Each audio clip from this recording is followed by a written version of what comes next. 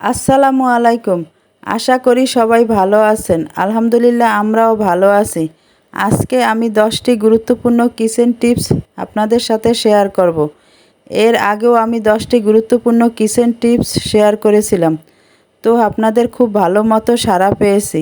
আশা করি আমার আজকের 10টি গুরুত্বপূর্ণ কিচেন টিপসও আপনাদের কাজে আসবে। ভিডিওটি ভালো লাগলে অবশ্যই লাইক, শেয়ার, কমেন্ট করবেন আর আমার চ্যানেলটি সাবস্ক্রাইব করে আমার পাশে থাকবেন। তো দেখতে থাকুন। এ ধরনের গ্লাস সবার বাসায় থাকে।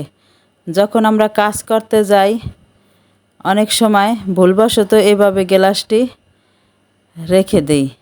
তারপর যখন বের করতে যাই তখন এটার সাথে এভাবে লেগে যায়। উল্টাপাল্টা টান দিলে দেখা যায় ভেঙে যায়। তাই আমরা গ্লাসটি বের করার জন্য এই পদ্ধতি ব্যবহার করতে পারি। এরকম একটা বড় পাত্রে পানি নিয়ে তার মধ্যে গ্লাস দুটো এরকম ডুবে রাখতে হবে। কিছুক্ষণ রেখে আস্তে আস্তে এইভাবে করে আস্তে আস্তে করতে হবে। যখন গ্লাসটির ভিতরে সম্পূর্ণ পানি চলে যাবে তখন আস্তে আস্তে এভাবে টান দিলেই সুন্দর বের হয়ে আসবে। দেখছেন কত সহজে আমি দুটো গ্লাস আলাদা করে ফেললাম। আশা করি এই টিপসটি আপনাদের উপকারে আসবে। রুটি বানানো শেষ করে আমরা যদি এই বেলুন ফ্রিটি একটু যত্ন করে রাখি তাহলে আর আমাদের প্রতিদিন ধোয়া মোছার ঝামেলা থাকে না। আমরা একটা শপিং ব্যাগে করে এভাবে রাখতে পারি। বেলুন ফ্রির সাথে ফ্রির নিচে যে কাপড়টা দিয়ে রুটি বানাই ওই কাপড়টাও যত্ন করে রেখে দিলাম। রান্নাঘরে এক সাইডে বা এভাবে ঝুলিয়ে রাখলে তাহলে আর ধুলাবালি থেকে আমরা রক্ষা পেতে পারি। তাহলে প্রতিদিন আর ধোয়া মোছার ঝামেলা থাকে না। আমরা যখন সিঙ্কে থালাবাটি ধুতে যাই তখন দেখা যায় যে ধোয়ার সময় পানি অনেক ছিটাছিটি করে, তাই আমাদের শরীর ভিজে যায়। তাই এরকম একটা কাপড় দিয়ে নিলে তাহলে আর পানিটা আমাদের শরীরে লাগতে পারে না। আশা করি এই টিপসটিও আপনাদের উপকারে আসবে। কাজ করতে করতে সিঙ্কে অনেক সময় ময়লা জমে যায়, কেমন একটা গন্ধ আসে। তাই মাঝে মাঝে আমরা যদি এটার মধ্যে গরম পানি ছাড়ি, একেবারে ফুটন্ত গরম পানি এভাবে করে দেই তাহলে ময়লা থাকলে তা পড়ে যাবে এবং গন্ধটা থাকবে না। এই হামান দিয়ে আমরা কাজ করে অনেক সময় এভাবেই রেখে দেই। সেক্ষেত্রে ধুলাবালি বা তেলাপোকা পিঁপড়ে এর মধ্যে জমে থাকে।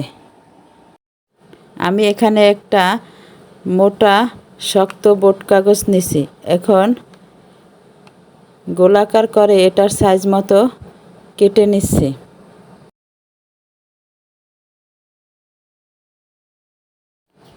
হামান দিয়ে যখন আমরা কাজ করতে যাই, কিছু থেতলাতে যাই বা কিছু গুঁড়ো করতে যাই তখন অনেক ছিটাছিটি করে। এটা থেকে বাঁচার জন্য এই পেপারটা এভাবে রেখে আমরা কাজ করতে পারি। কোনো কিছু আর পড়ে যাবে না আর অপচয়ও হবে না। এই পেপারটা দিয়ে এভাবে রেখে দিলে ময়লা আর পোকামাকড়ও হবে না। আশা করি এই টিপসটিও আপনাদের উপকারে আসবে।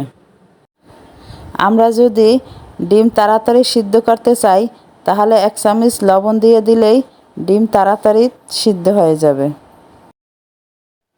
বড় তেলের কন্টেনার থেকে যখন এই ছোট ছোট তেলের জারের মধ্যে তেল নিতে যাই তখন অনেক সময় তেল পড়ে যায়। তাই আমরা এটা ভিতরে তেল নেওয়ার জন্য এ ধরনের কাপগুলো ব্যবহার করতে পারি। এভাবে করে তেল নেওয়ার সময় আর তেল বাহিরে পড়ার কোনো সম্ভাবনা থাকে না। খুব সুন্দরভাবে এভাবে তেল নেওয়া যায় ছোট জিনিসেও। আশা করি এই টিপসটিও আপনাদের উপকারে আসবে।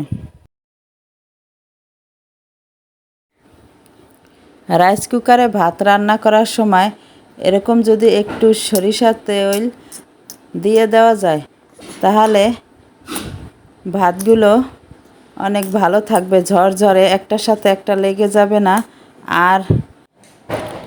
আর বলকানোর সময় ফেনা ছিটে বাহিরে আসবে না। আশা করি এই টিপসটিও আপনাদের উপকারে আসবে। এটা একটা সসের বোতল, ছোট একটা সসের বোতল। এটাকে আমি এভাবে কাজে লাগিয়েছি।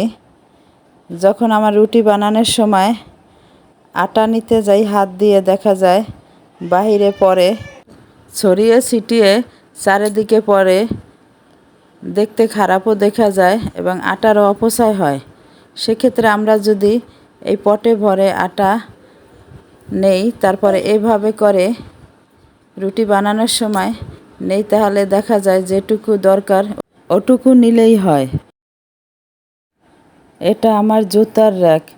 এই র্যাকের মধ্যে অনেক সময় পিঁপড়া, তেলাপোকা জমে, যা জুতা নষ্ট করে ফেলে এবং অনেক দুর্গন্ধ আসে।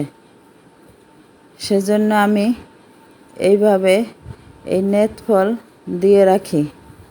এতে করে কি আর কোনো তেলাপোকা, পিঁপড়ে কিছু আসে না, আর জুতা থেকে কোনো গন্ধও আসে না।